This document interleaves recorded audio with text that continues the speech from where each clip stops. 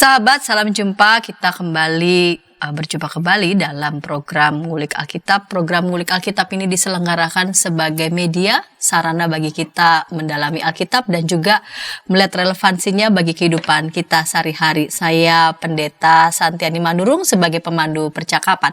Sahabat, pada episode kali ini kita mengulik Injil Matius pasal 8 ayat 23 sampai 27. Injil Matius pasal 8 ayat 23 sampai 27 diberi judul Tetap Percaya dalam Badai Kehidupan. Saya mengajak sahabat boleh berinteraksi di kolom komentar yang tersedia.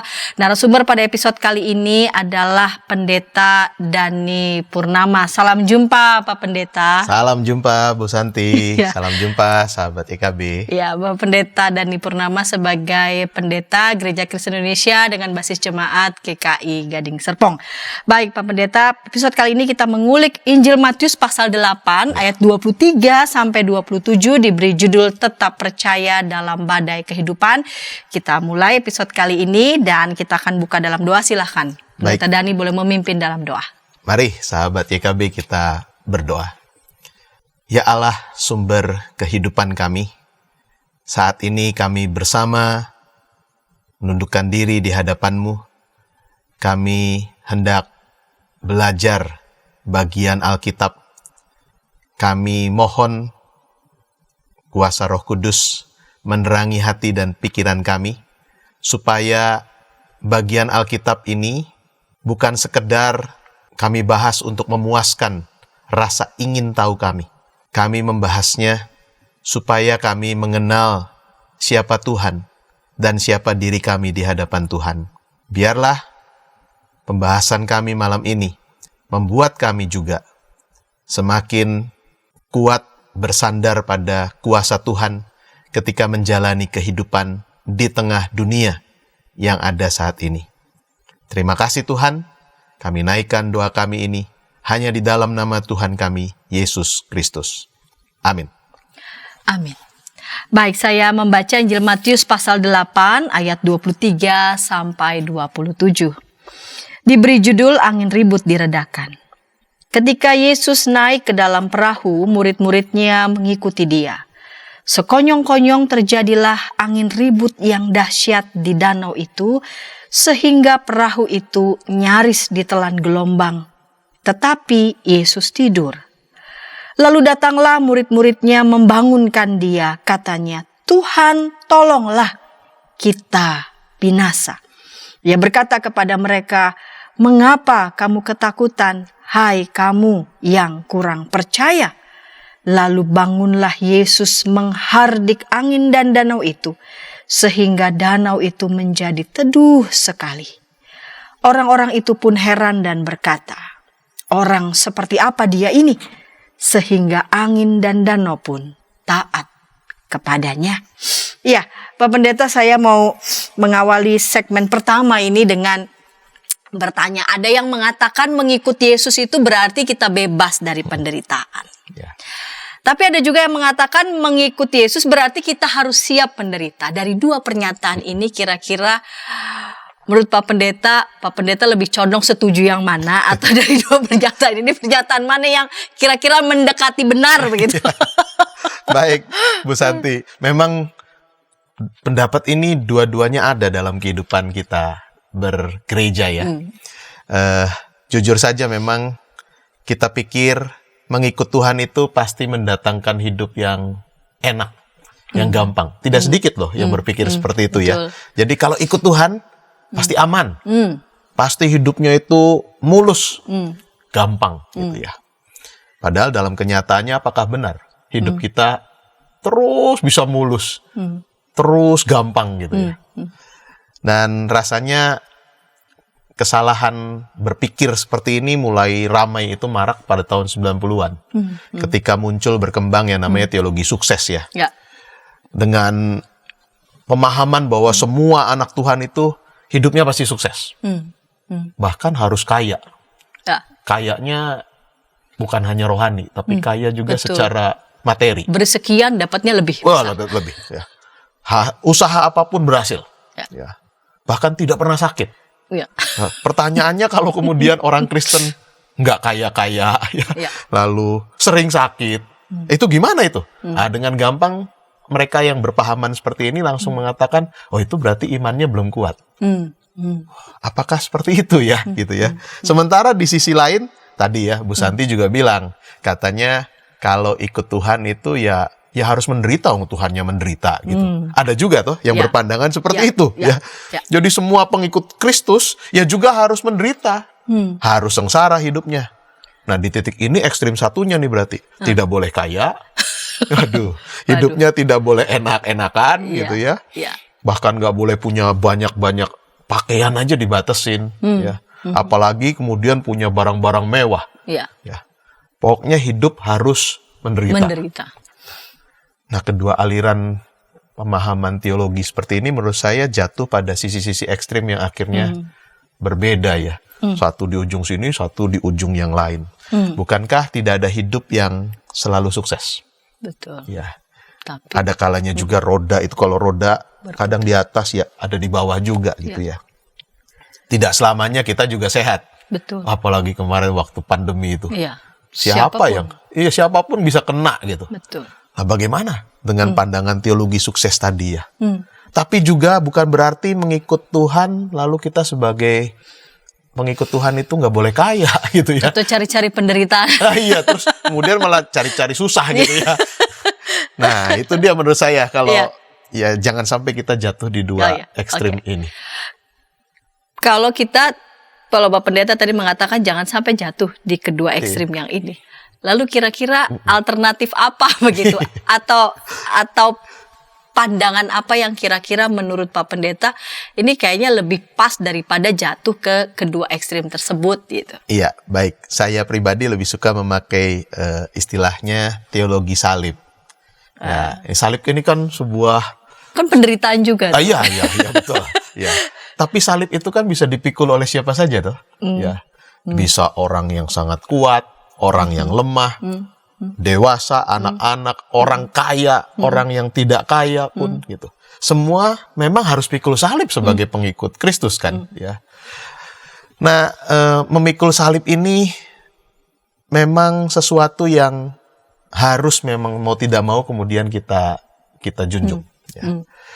Apakah Yesus mengharuskan murid-muridnya hidup susah terus? Tidak. Ya. Apakah juga dia menjanjikan para pengikutnya tuh hidup sukses terus? Tidak. Justru Yesus mengingatkan bahwa kesusahan dan penderitaan itu adalah sesuatu yang sebenarnya lumrah. Kalau mengikut dia. Betul sih, kalau dipikir-pikir ya. Ikut Tuhan itu nggak gampang. Coba, ada banyak contoh. Justru orang ketika memilih hidup untuk mengikut Kristus, hidupnya jadi tidak mudah. Ya. Karena dia berusaha untuk hidup mengikut teladan Kristus kan ya. Jujur. Misalnya kalau di sekolah teman-temannya yang lain nyontek gitu, terus lalu dia sendiri enggak, itu kan berat sendiri loh itu. Tidak gampang. Sama kan ketika bekerja di dunia kerja lalu semua menghalalkan segala cara. Semua melakukan suap atau korupsi. Lalu kita sendiri ketika mengikut Tuhan, kita mau jujur gitu. Menderita nggak? Menderita loh itu. Ya, itu pikul salib menurut saya. Ya. Tetapi pikul salib untuk sebuah kebenaran. Bukan karena kita cari-cari pengen susah, menderita gitu ya. Jadi salib itu sesuatu yang memang harus kita pikul.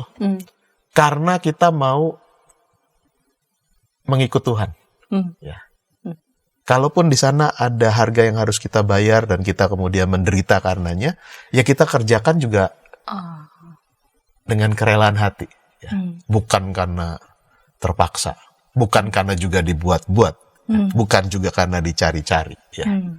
Di titik itu saya pikir teologi kita bukan teologi sukses, bukan juga teologi penderitaan, ya. Tapi teologi salib di mana memang kita memikul salib seperti yang juga Tuhan sudah ingatkan, bahwa mengikut aku, salah satunya adalah selain menyangkal diri, juga memikul salib. Nah itu yang harus kemudian kita jalani sebagai para pengikut Kristus di tengah dunia ini. Ya. Jadi poinnya teologi salib adalah poinnya pada mengikut Tuhan. Ya.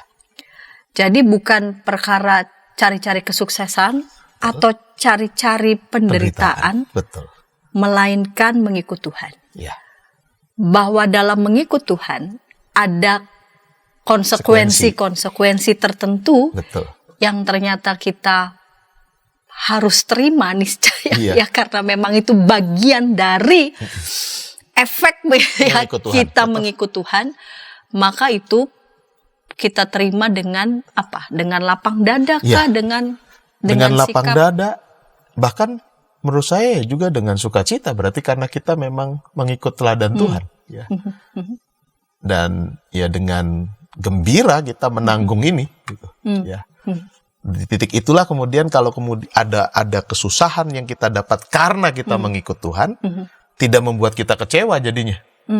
Sebaliknya kan, kalau orang pertama-tama dijejali dengan ikut Tuhan pasti gampang hidupnya.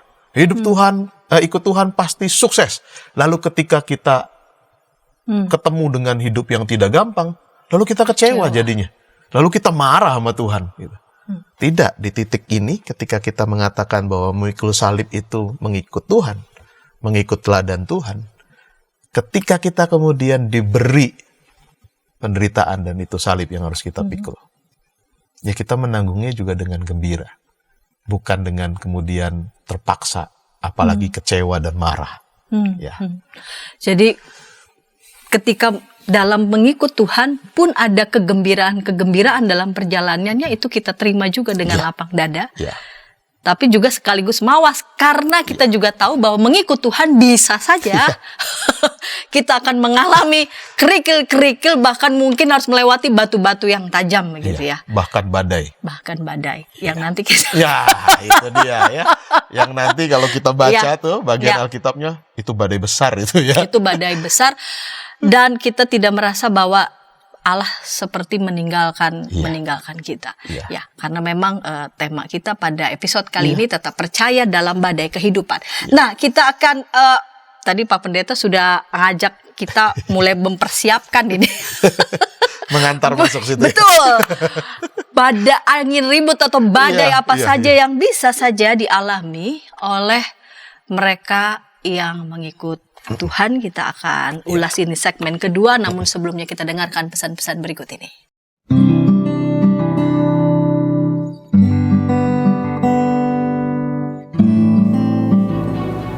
Hi folks, this is Daily Spirit for Youth, a daily devotional that helps you grow closer to God and apply His Word to your life.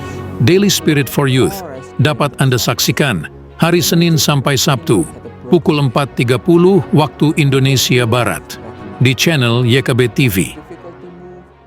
Kita jumpa dalam acara Pembangunan Jemaat.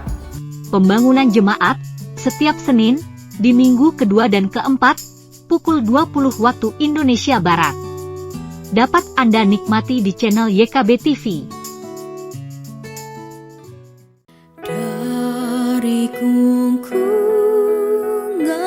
malam gelap, Nyanyikanlah nyanyian baru setiap hari Rabu pukul 12 waktu Indonesia Barat.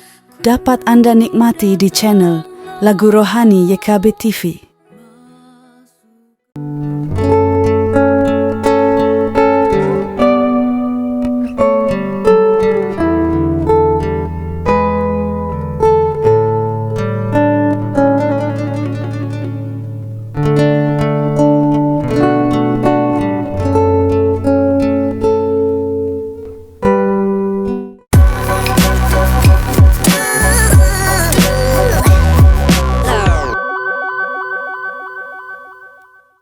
Sahabat YKB, senang masih bersama dengan kami dalam program Ngulik Alkitab. Pada episode kali ini kita mengulik Injil Matius pasal 8 ayat 23 sampai 27.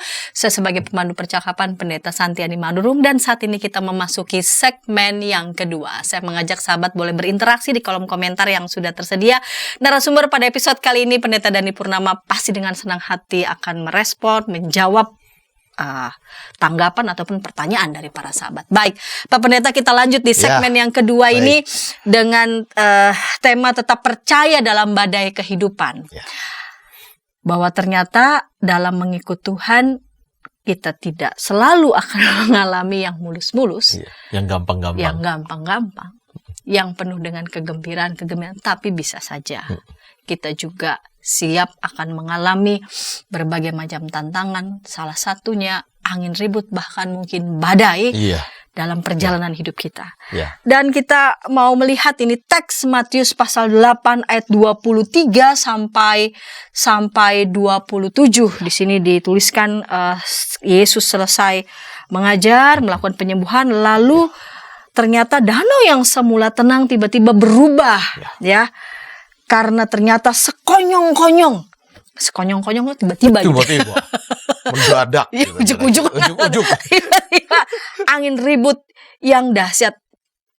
Bisa diberikan gambaran ini di Danau Galilea seperti apa? Semula tenang, lalu kemudian ujuk-ujuk tiba-tiba terjadi angin ribut, berubah gitu ya kondisinya, langsung ekstrim begitu. Iya betul. Jadi memang di Matius ini tidak disebut danaunya danau mana ini ya, tapi kalau kita memperhatikan Yesus berkarya kan memang di daerah Galilea ya. Nah, danau di daerah Galilea itu terkenal akan badainya yang sering datang tiba-tiba. Memang ya. Badai itu bisa datang meskipun tadinya awalnya langit cerah-cerah saja, bersih gitu ya. Air danau juga bisa tadinya begitu sangat tenang. Tiba-tiba bisa berubah, langsung jadi gelap, air bisa menjadi bergelombang gitu ya. Tidak bisa diperkirakan itu persoalannya. Ya. Nggak bisa diduga. Kalau sudah jam segini kemungkinan tidak bisa di sana ya. Kapan datangnya badai itu? Ya tadi sekonyong-konyong, tidak bisa diduga. Maka ketika Yesus awalnya mengajak para murid, ayo kita berangkat ke seberang. Ya, para murid dengan cepat juga mengiyakan karena kondisinya awalnya bagus-bagus saja kan. Tenang-tenang saja. Mereka ini kan kebanyakan nelayan berpengalaman kan. Betul. Jadi mereka mestinya juga oke, ini memang aman kita berangkat gitu ya. Tetapi ternyata memang rupanya karena letak danau itu berada beberapa meter di bawah permukaan laut. Jadi bahkan ada yang mengatakan beberapa belas meter. Jadi termasuk tanah yang rendah ini. Dia dikelilingi oleh barisan pegunungan begitu ya, bukit atau gunung. Sehingga kalau ada angin yang masuk ke situ, angin itu kayak terperangkap. Ya. Nah begitu angin terperangkap kan, wah ya sudah itu adanya menjadi badai yang dahsyat lah di tengah danau itu. Itu yang membuat kemudian keadaan yang tadinya biasa-biasa saja, tenang, bisa sekonyong-konyong berubah. Bahkan tidak bisa diprediksi. Sekalipun mereka nelayan yang sangat berpengalaman nih, ya kan, Petrus, Simon, Andreas, Yakobus, Yohanes itu kan nelayan-nelayan tangguh itu. Betul. Mereka juga nggak bisa prediksi. Sehingga ketika Yesus ajak nyebrang, ya mereka mau karena kondisinya baik-baik saja awalnya. Itu kondisi yang terjadi di sana. Dan saya danau pikir yang semula tenang, tapi bisa sekonyong-konyong. Berubah. Ya. Dan ini menarik. Ternyata di sana tuh Yesus itu tidur, lalu murid-murid bangunkan dia. Katanya, Tuhan tolonglah kita. Tadi Pak Pendeta sudah mengatakan ya, ini kan yang berangkat kan nelayan yang bukan setahun 2 tahun ya. Iya. Nelayan tangguh loh ini, mereka berpengalaman. Iya. Ternyata saat terjadi angin ribut itu mereka panik juga ya. Ini bicara tentang apa nih, menarik nih Pak Pendeta mengatakan danau yang semula tenang tapi bisa sekonyong-konyong, mirip-mirip hidup kita juga bisa. Begitu maksud saya. Bukankah hidup kita juga begitu Bu Santi ya? Iya. Kadang hidup kayaknya udah lagi enak-enaknya gitu ya. Tenang, damai. Sekonyong-konyong tiba-tiba ada sesuatu yang bikin jadi badai ya gitu. Bukankah hidup juga begitu kita jalani ya? Tadi saya katakan memang tidak selamanya ikut Tuhan lalu hidup kita mulus, aman, gampang gitu. Bisa tiba-tiba sekali waktu berubah. Kalau diperhatikan mereka ini nyebrang bareng Yesus nggak? Bareng Yesus loh ya. Iya. Satu perahu loh sama Yesus loh ya. Jadi mereka bukan berjalan sendirian, enggak loh. Mereka nggak menyimpang jalan sendiri gitu, meninggalkan Yesus. Atau berjalan jauh. Arahnya beda dari Yesus. Enggak, mereka berjalan bersama Yesus. Itu di satu perahu. Tapi lihat, yang namanya badai hidup berarti bisa saja tetap menimpa. Ya. Iya, betul.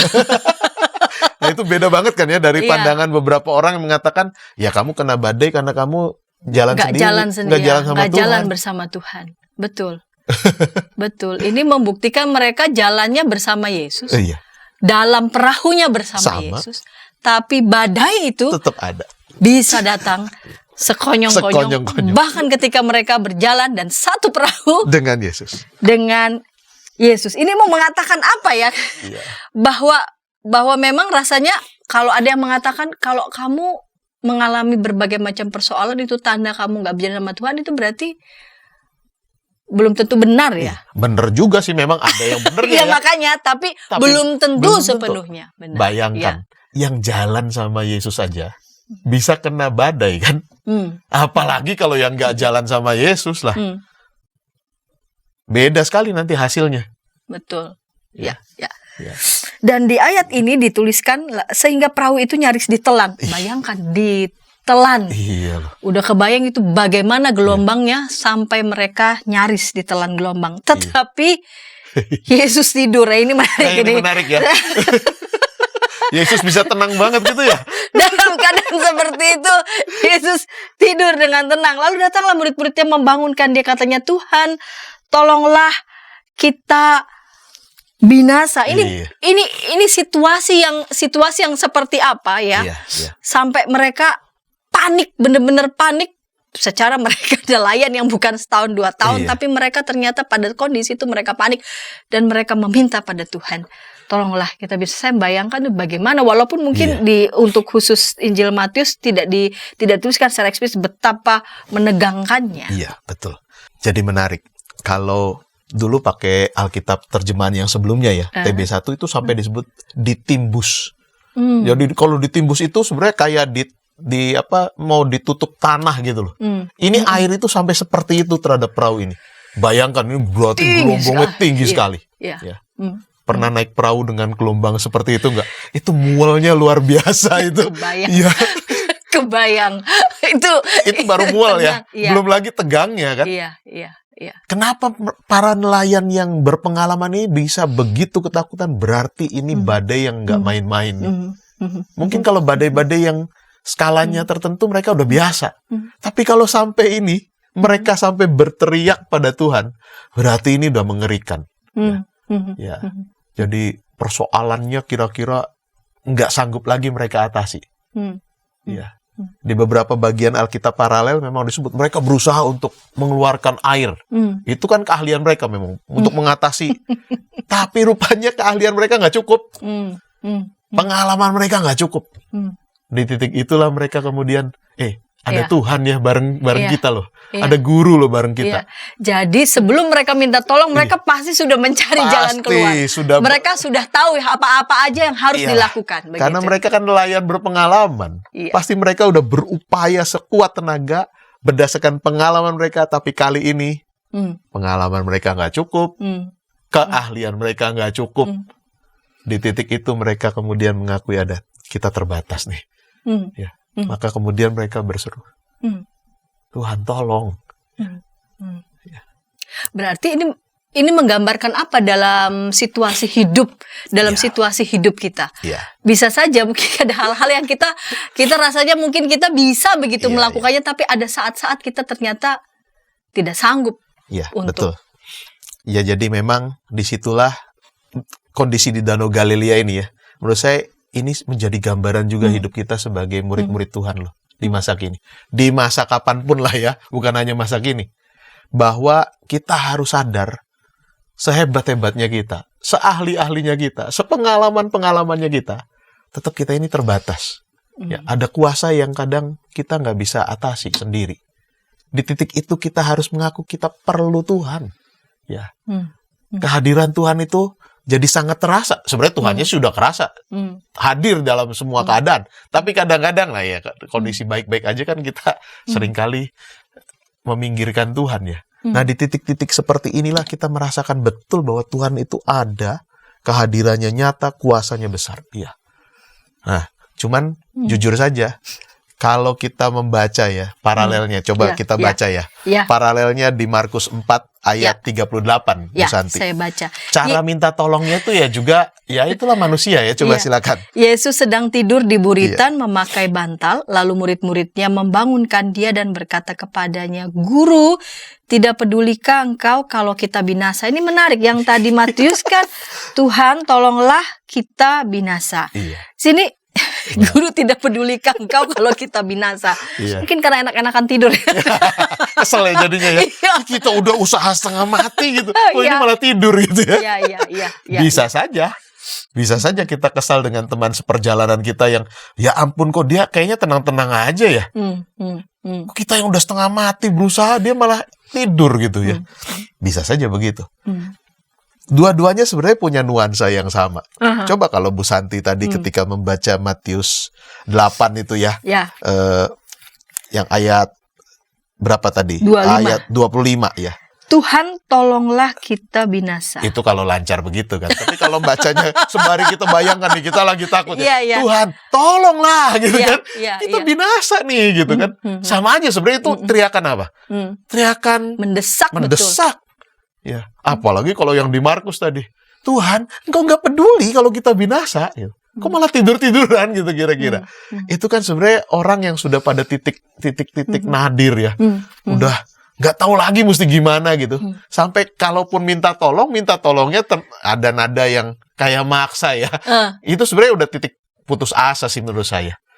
Titik putus asa di tengah kegentingan, kegawatan yang luar biasa. Berarti kita bisa saja ada pernah mengalami fase-fase hidup Sampai Sudah. titik itu kan? sudah kita sudah berupaya melakukan ini dan itu, tetapi ada di saat genting kita nggak punya apapun yang bisa kita andalkan, yang kita pikir sebelumnya sudah bisa kita andalkan. Betul. Begitu. Pengalaman kita, keahlian kita ternyata nggak cukup untuk mengatasi. Sehingga di titik itu rasanya sih semua kita pernah ngalami ya. Ketika berdoa minta tolongnya juga seperti memaksa dan mendesak Tuhan kan. Tuhan, kok biarin sih saya seperti ini gitu. Kok nggak berbuat apa-apa sih gitu kira-kira. Iya. Sejujurnya rasanya hampir semua kita pernah ngalamin itu. Dan Betul. itulah titik bahwa kita memang terbatas dan kita harus mengakui kita butuh pertolongan Tuhan. Ya. Nah, dia selanjutnya berkata kepada mereka, "Mengapa kamu ketakutan, hai kamu yang kurang percaya?" Ini juga menarik ya. Di saat murid-murid sudah, tolonglah kita binasa, Guru tidakkah engkau peduli kalau kita binasa? Namun respon Yesus di sini, "Mengapa kamu ketakutan, hai kamu yang kurang percaya?" Ini apa maksudnya ini ya? Sampai ditanggapi seperti itu. Kita akan ulas di segmen ketiga, namun sebelumnya kita dengarkan pesan-pesan berikut ini.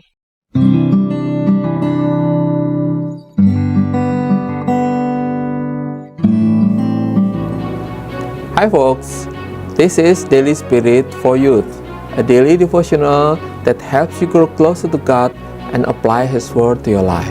Daily Spirit for Youth dapat Anda saksikan hari Senin sampai Sabtu pukul 4.30 waktu Indonesia Barat di channel YKB TV. Kita jumpa dalam acara pembangunan jemaat. Pembangunan jemaat setiap Senin di minggu kedua dan keempat pukul 20 waktu Indonesia Barat. Dapat Anda nikmati di channel YKB TV. Dari kungkungan malam gelap. Nyanyikanlah nyanyian baru setiap hari Rabu pukul 12 waktu Indonesia Barat.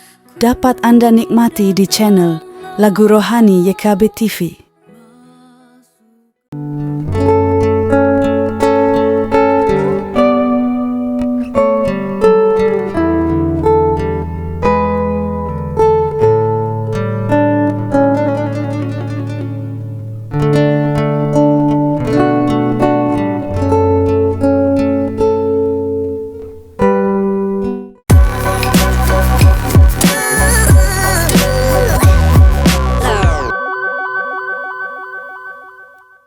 sahabat, senang masih bersama dengan kami dalam program Ngulik Alkitab. Pada episode kali ini kita mengulik Injil Matius pasal 8 ayat 23 sampai 27, diberi judul Tetap Percaya dalam Badai Kehidupan. Kita memasuki segmen yang ketiga. Saya mengundang sahabat boleh berinteraksi di kolom komentar yang sudah tersedia.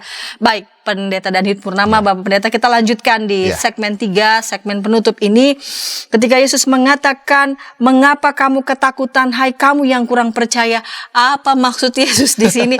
Di saat mereka sudah panik, bukan karena mereka malas-malas loh. Iya. Mereka sudah berusaha ya. Mereka sudah berusaha, mereka tidak malas-malas langsung minta Tuhan supaya bertindak, tidak, pasti tidak ya. Saya berasumsi pasti tidak seperti itu. Tetapi Yesus mengatakan, "Mengapa kamu takut, kamu yang kurang percaya?" Maksudnya, dan ini bikin yang udah takut akan makin sebel ini. Iya ya, makin kesel ya. Saya udah kurang usaha apa gitu ya. Betul. Kok masih dibilang kurang percaya. Iya. Jadi menurut saya kalau kita lihat kisah-kisah sebelumnya, bukankah para murid ini menjadi saksi hidup ya? Bagaimana Yesus itu berkarya luar biasa.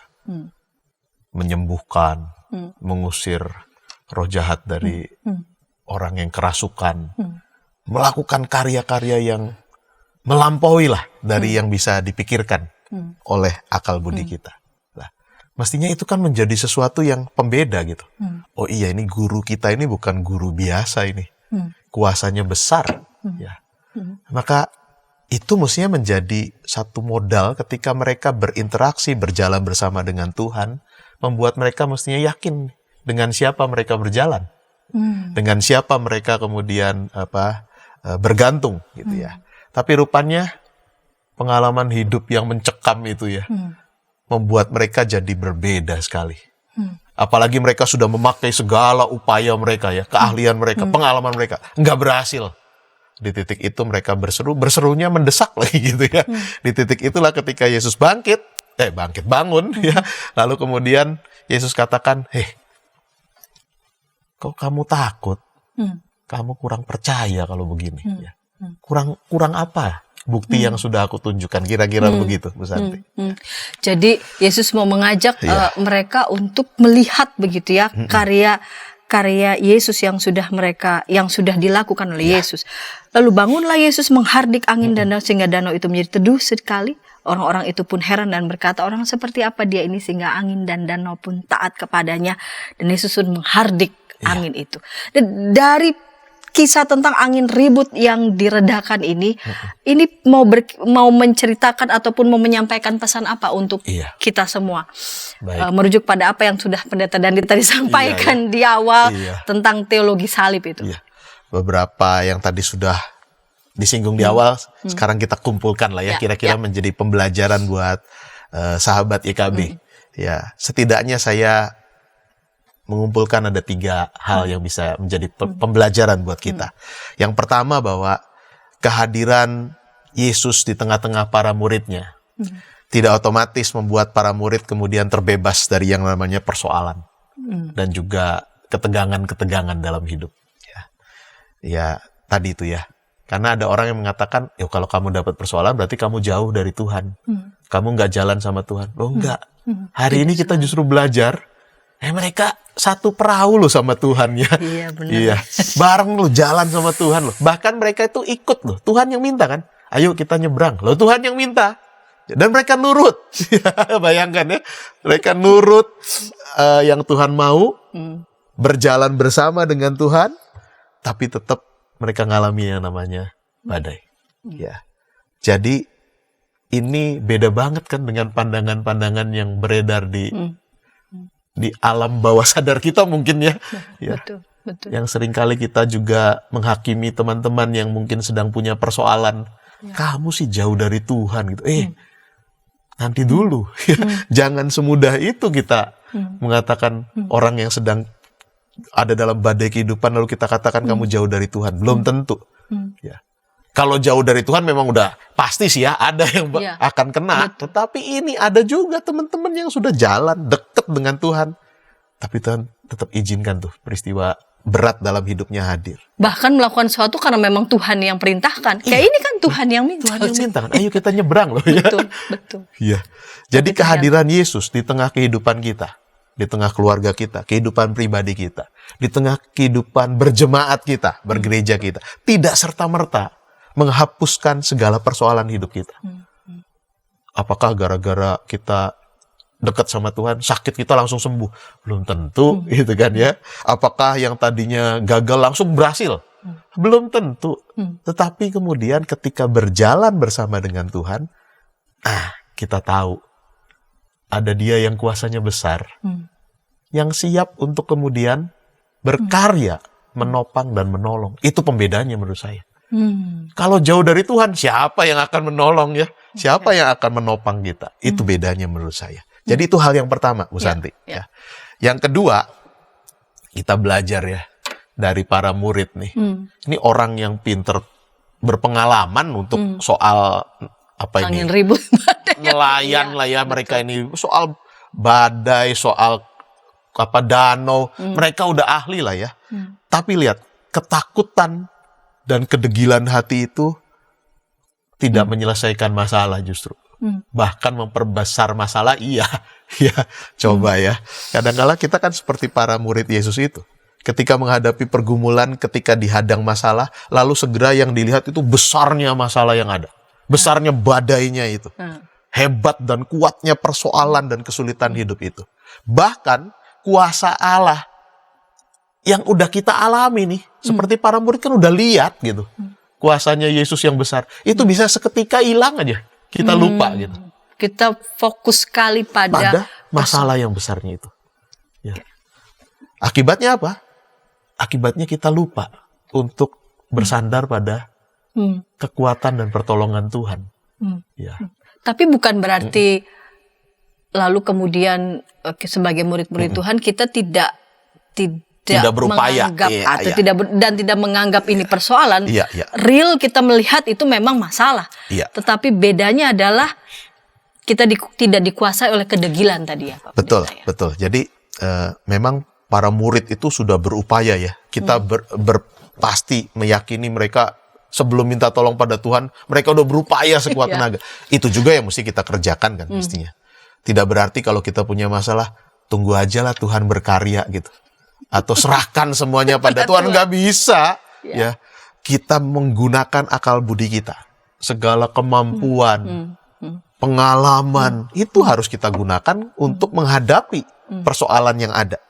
Wajib itu hukumnya, tapi jangan lupakan untuk ikut sertakan Tuhan dalam tiap upaya kita. Kalau para murid enggak kan? Tuhannya nanti terakhir ketika mereka udah nggak sanggup apa-apa baru ingat wah ada Tuhan ya. Lagi tidur tenang pula gitu. Jadi itu pembelajaran yang kedua. Ketakutan dan kedegilan hati nggak menyelesaikan masalah justru memperbesar masalah yang ada ya. Ya itu yang kedua. Lalu yang ketiga. Yang ketiga ini, nah ini dia. Di titik inilah kita belajar untuk mempercayakan hidup kita kepada Tuhan. Tidak mudah ya Bu Santi ya. Apalagi kalau kita merasa kita tuh punya keahlian yang besar, punya pengalaman yang banyak. Lalu kita merasa semua beres karena kita dengan segala keahlian, pengalaman, kekuatan kita itu pasti semua bisa kita atasi. Tidak mudah jadinya untuk juga tetap mempercayakan hidup kita di tangan Tuhan. Nah, peristiwa di Danau Galilea ini menunjukkan bahwa kadang dalam hidup ini ada hal-hal yang nggak bisa cuman mengandalkan pengalaman, keahlian, dan kekuatan kita saja. Ya. Kita perlu juga membuka ruang yang besar untuk Tuhan ikut berkarya. Sehingga kita merasakan betul kehadiran dan kuasanya. Tidak menyerahkan semuanya pada Tuhan juga tidak. Ya. Bahwa Tuhan ikut serta memberi kita kemudian pencerahan, memberi kita kekuatan, memberi kita kemampuan untuk keluar dari badai itu. Berarti manusia jangan merasa penuh gitu tiba-tiba ya. Iya. Selalu harus merasa penuh.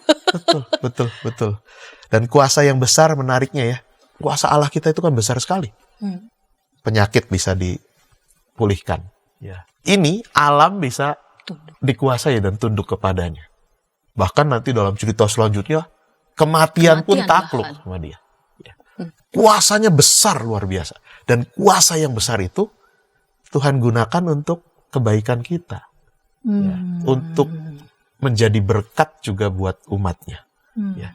Kalau seperti itu kan, apalagi yang perlu kita khawatirkan. Kalau kita masih mau terus berjalan bersama dengan Tuhan. Ya itu syaratnya ya. Jangan menjauh dari Tuhan. Tetaplah berjalan bersama dengan Tuhan. Tetaplah arahkan pandangan kita kepada Tuhan.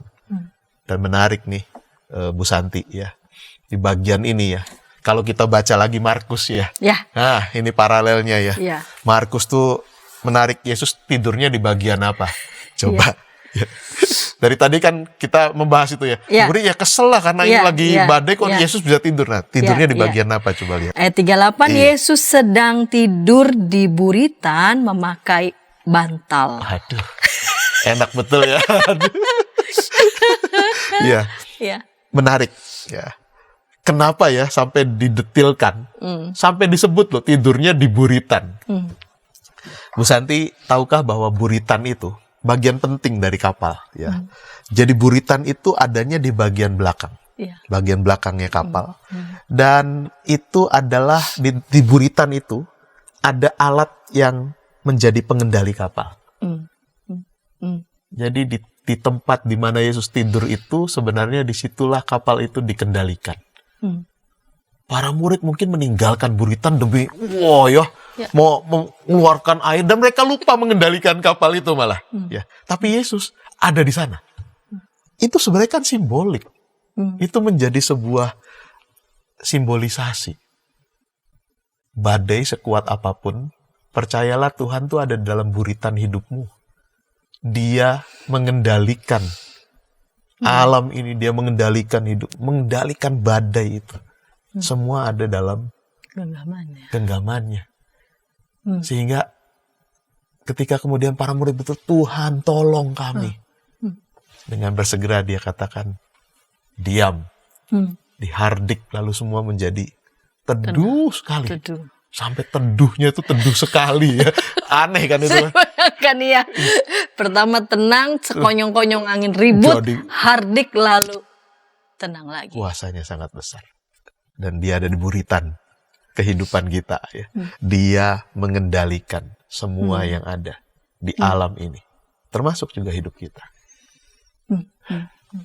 Berarti poinnya tetap percaya meskipun dalam badai memang tidak mudah ya. Tidak mudah. Tetap percaya itu. Iya. Karena kita mungkin merasa kalau bukan aku yang mengontrol, aku sulit percaya. Iya, betul. Apalagi sekarang kita makin pintar dengan kemajuan teknologi, kemampuan berpikir kita, ilmu pengetahuan yang semakin maju. Kita merasa semua kita yang mengendalikan. Harus pada titik tertentu kita belajar dan diajar percaya seperti para murid ini, ya, bahwa ada batasnya. Di titik itulah kuasa Tuhan yang besar itu tampak dan nyata, ya, karena Dia sebenarnya yang mengendalikan kehidupan ini. Iya. Jadi tetap percaya di satu sisi bukan berarti lalu kemudian kita tidak berupaya. Betul. Tetapi di sisi yang lain kita diajak untuk masuk pada menyelami pada misteri. Ya, misteri penyelenggaraan ilahi. Pemeliharaan Tuhan dengan kuasanya yang besar itu. Tuhan dengan kuasa yang besar dan kita melihat kuasanya yang demikian besar. Pendeta, bagaimana nih untuk tetap tenang di dalam tangan Tuhan ini? Di segmen penutup di menit-menit terakhir ini. Jadi saya mengutip dari tulisannya Pak Eka Dharma Putra ya. Saya bacakan aja nih supaya tepat begitu ya. Jadi ketika kita berjalan bersama dengan Tuhan, kata Pak Eka, tidak berarti laut berhenti bergelora. Tidak berarti ombak besar berhenti menggulung. Nasihat Pak Eka gini, arahkan selalu pandangan kita kepada Tuhan Yesus. Jangan pada gelombang-gelombangnya yang besar itu. Jangan pada badainya yang mengamuk itu. Peganglah selalu tangan Tuhan. Labuhkanlah harapanmu itu hanya kepada Tuhan Yesus. Maka sungguh yang tidak mungkin menjadi mungkin. Tuhan bisa menghentikan badai itu. Atau kita akan berjalan di atas air. Wah, gimana itu caranya ya? Artinya benar, kita tidak akan mampu menghentikan ombak. Kita tidak akan mampu menghentikan gelombang, itu cuma Tuhan yang sanggup. Ya. Kita tidak akan bisa menenangkan badai, tapi seperti para peselancar. Nah ini ya, kita bisa bersenang-senang di atas gelombang-gelombang itu. Air tidak akan mampu menenggelamkan kita. Syaratnya ada, terus pegang tangan Tuhan. Terus pandangan kita kepada Tuhan bukan pada besarnya gelombang dan badai itu. Gelombang, Ya. badai itu. Begitu Bu Santi. Ya. Sahabat ulikan pada episode kali ini Matius pasal 8 ayat 23 sampai 27 dan kita melihat teks yang paralel ya di Markus 4 ayat 35 sampai 41 dengan tetap percaya dalam badai kehidupan. Mungkin di antara sahabat juga ada yang saat ini sedang bergumul dan mungkin merasa ada di fase-fase yang berbeda dari fase-fase kesulitan yang sebelumnya. Kita bercermin kembali dengan kehidupan para murid yang dikisahkan dalam Injil yang tadi kita baca. Bahkan mereka ada di dalam perahu bersama dengan Yesus. Tidak berarti mereka tidak mengalami perjalanan yang begitu sangat sulit. Tapi memang mengarahkan hati dan pandangan kepada Tuhan, bukan pada gelombang menjadi syarat saja untuk kita membiarkan diri tetap mempercayakan dan menggenggam tangan Tuhan. Ketika tayangan ini boleh menjadi berkat bagi para sahabat boleh membagikannya kepada sebanyak mungkin orang dan menekan tombol like maupun subscribe sehingga boleh mendapatkan update dari tayangan YKB TV. Pak Pendeta, terima kasih untuk kesediaan yang sudah boleh menolong kita untuk mengulik teks ini dan kita akan menutup dalam doa. Silakan Pak Pendeta boleh menutup dalam doa. Ya, mari sahabat YKB kita berdoa. Tuhan Yesus, Tuhan dan Guru kami, dalam kehidupan yang kami jalani sebagai pengikut-pengikut-Mu,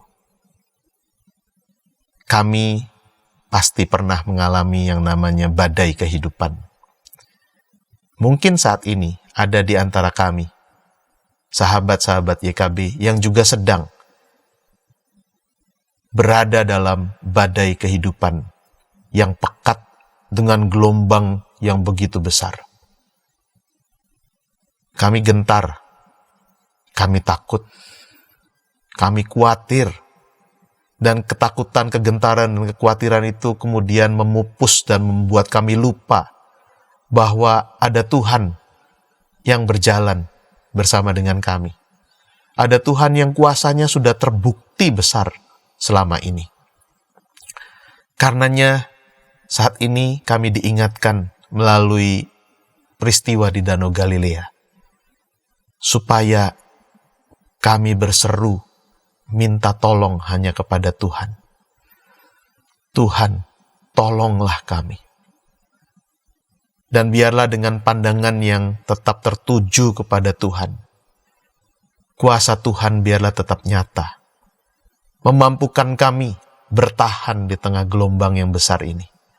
Membuat kami kemudian juga bisa melewati badai kehidupan ini.